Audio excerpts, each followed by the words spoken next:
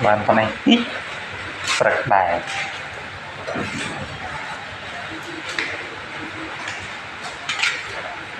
đặt mò cho con bao thì bò sau con này và là bề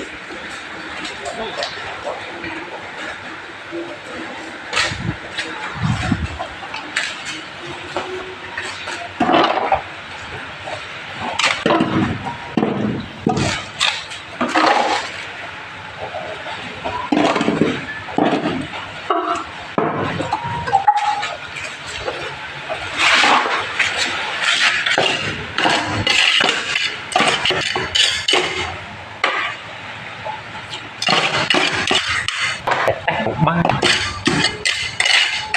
ngay càng nghĩa